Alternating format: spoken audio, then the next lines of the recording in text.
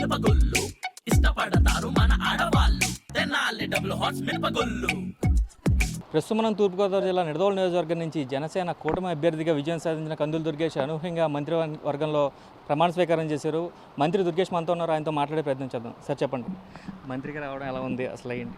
ఒక మార్పుకి నాంది పలుకుతున్నటువంటి ఎన్నికల సందర్భంగా ఈ విజయం ప్రజలందరికీ కూడా సత్ఫలితాలు ఇవ్వాలనేటువంటి నేపథ్యంలో అందులో భాగస్వామి అయ్యే విధంగా నేను మంత్రి కావటం అనేటువంటిది పవన్ కళ్యాణ్ గారు నాకు ఇచ్చినటువంటి ప్రత్యేకమైన బాధ్యత. అదేవిధంగా చంద్రబాబు నాయుడు గారి నాయకత్వంలో పనిచేయటం అనేది అదృష్టం అనేటువంటి మాట కూడా తెలియజేస్తున్నాను. ముఖ్యంగా ఇవాళ 5 సంవత్సరాల పాటు ఈ రాష్ట్రాన్ని అతలాకుతలం చేసినటువంటి వైఎస్ఆర్ కాంగ్రెస్ పార్టీ విధానాల వల్ల సంపూర్ణంగా నాశనమైపోయినటువంటి రాష్ట్రాన్ని తిరిగి పట్టాలెక్కించడానికి, గతి తప్పినటువంటి అభివృద్ధిని సరైనటువంటి రీతిలో తీసుకువెళ్ళటానికి ఒక సువర్ణ అవకాశం వచ్చినటువంటి సందర్భంలో ఆ కార్యక్రమాల్లో తొలి నుంచి కూడా ఉండే అవకాశం నాకు కూడా లభించడం అనేది ఆనందంగా ఉంది.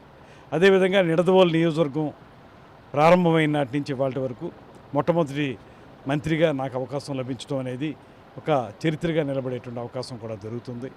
ఇలా చూసుకుంటే మంత్రి అవ్వటం అనేది అంత ఆనందాన్ని కలిగించేది, దాంతోపాటు ఒక బృహత్తరమైనటువంటి బాధ్యత కూడా తీసుకునేటువంటి అంశంగా కనబడతా ఉంది. అందువల్ల దీన్ని ఒళ్ళు దగ్గర పెట్టుకుని ఈ గర్వం ఏమి తలెక్కేయకుండా మొత్తంగా రాష్ట్ర అభివృద్ధిలో చంద్రబాబు నాయుడు గారు, పవన్ కళ్యాణ్ గారు చేసేటువంటి ప్రతి కార్యక్రమాన్ని ప్రజల మధ్యకి తీసుకెళ్ళడానికి నేను ఒక సైనికుడిగా పనిచేస్తాననేటువంటి మాటని తెలియజేస్తాను. ఇప్పుడు ఏ మంత్రిత్వ శాఖ అనేది ఏమన్నా మీకు క్లారిటీ వచ్చింది సార్? ఇంకా రాలేదు. అది పూర్తిగా ముఖ్యమంత్రి గారి యొక్క ఆయన విచక్షణకు సంబంధించినటువంటి అంశం. దాన్ని నేను అందులో జోక్యం చేసుకోవడం కరెక్ట్ కాదు. వారు ఏ శాఖ ఇచ్చినప్పటికీ కూడా ఆ శాఖని మంచి అభివృద్ధి పథంలో రాష్ట్రాన్ని తీసుకెళ్ళడానికి వీలుగా శాఖను ఉపయోగించుకుంటే అది బాగుంటుందని ఆలోచన చేస్తున్నాను. కాబట్టి వారు ఏది ఇచ్చినా కూడా స్వీకరిస్తాం.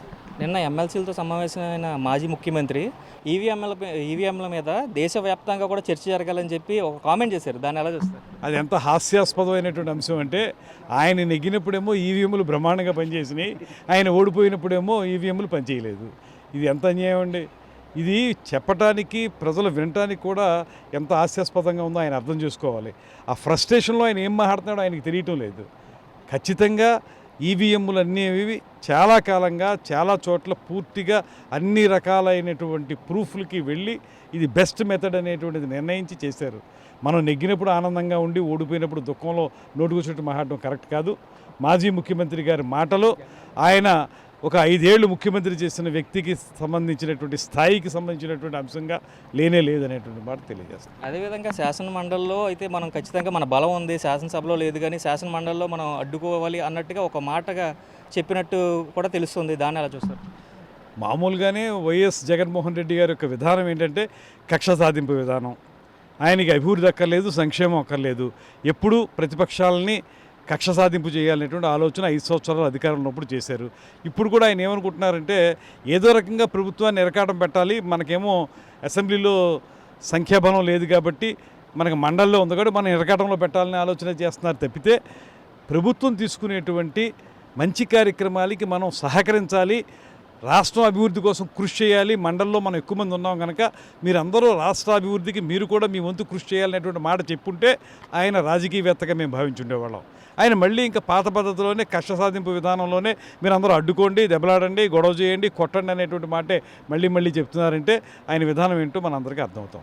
అదేవిధంగా చూసుకుంటే కందుల దుర్గేష్ ఎప్పుడు కూడా నియోజకవర్గ ప్రజలకు అందుబాటులో ఉన్నారు, కానీ ఇప్పుడు మంత్రి అయ్యారు, అన్ని వేళ అందుబాటులో ఉండడం కుదరదు. కాబట్టి ఆల్టర్నేటివ్గా ఏ విధానాన్ని మీరు సెట్ చేయబోతున్నారు? ఇక్కడ భౌతికంగా ఇక్కడ అందుబాటులో ఉన్నా లేకపోయినా, అంటే ఇతరత్ర రాష్ట్ర స్థాయిలో కొన్ని కార్యక్రమాలు చేయాలి కాబట్టి ఖచ్చితంగా ఇక్కడ జరిగేటువంటి అభివృద్ధి కార్యక్రమాలని తప్పనిసరిగా నిరంతరం పర్యవేక్షిస్తూ 24/7 పర్యవేక్షిస్తూ ఎక్కడ ఏ సమస్య ఉన్నా దాన్ని పరిష్కరించడానికి అవసరమైన యంత్రాంగాన్ని తయారు చేసుకుని, తద్వారా నేను ఇల్లు కూడా ఇక్కడే కట్టుకోబోతున్నాను, ఇక్కడే నా స్థిర నివాసం ఉంటుంది, ఇక్కడ ఉంటూనే రాష్ట్ర స్థాయి కార్యక్రమాల్లో పాల్గొంటాను తప్పితే ఇక్కడి నుంచి వదిలేసి వేరే చోటకి వెళ్ళిపోయేటువంటి పరిస్థితి అయితే లేదు.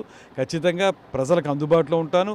నేను ఎమ్మెల్యేగా ఉంటే చేసే కార్యక్రమాల కంటే కూడా మంత్రిగా ఎక్కువ ఈ నియోజకవర్గానికి నేను ఉపయోగపడగలుగుతాను అనేటువంటి నమ్మకం నాకు ఉంది. అందువల్ల 100% అటు ఎమ్మెల్యేగా ఈ నియోజకవర్గానికి, అటు మంత్రిగా రాష్ట్రానికి సంపూర్ణమైనటువంటి న్యాయం చేయడానికి నేను శాయశక్తులా కృషి చేస్తాననేటువంటి మాటనే ఇప్పుడు నేను చెప్పగలుగుతాను. కందుల దుర్గేష్ చెప్తుంది అయితే ఏంటంటే జగన్ అయితే హాస్యాస్పద వ్యాఖ్యలు చేశారు. ఈవీఎంలు ఆయన గెలిచినప్పుడు సరిగ్గా పనిచేశాయి, ఇతర వారు గెలిచినప్పుడు అయితే పనిచేయలేదని చెప్పడం హాస్యాస్పదంగా ఉంది. అలాగే మండలిలో ఏదైతే శాసన మండలిలో వాళ్ళ ఎమ్మెల్సీలు అందరూ కూడా ఏ బిల్లులు కూడా అడ్డుకోవాలి, ప్రతి బిల్లుని అడ్డుకోవాలని చెప్పడానికి ఒక రాజకీయవేత్తగా సరికాదని చెప్పి రాష్ట్ర అభివృద్ధికి సహకరించాలి కానీ ఇలాంటి పనులు చేయకూడదని చెప్పి అయితే దుర్గేష్ పంతో చెప్తున్న పరిస్థితులు ఉన్నాయి. అదేవిధంగా చూసుకుంటే నియోజకవర్గాన్ని ఒక ఎమ్మెల్యే కంటే కూడా మంత్రిగా ఎక్కువ సేవలు అందిస్తానని చెప్పి దుర్గేష్ మనతో పంచుకున్న పరిస్థితులు ఉన్నాయి. కెమెరామెన్ విజయ్తో శంకర్, RTV, తూర్పుగోదావరి జిల్లా. మరిన్ని వీడియోస్ కోసం ఛానల్ ని సబ్స్క్రైబ్ చేయండి, లేటెస్ట్ అప్డేట్స్ కోసం వాట్సాప్ ఛానల్ ని ఫాలో చేయండి అండ్ లింక్ డిస్క్రిప్షన్ లో ఉంది.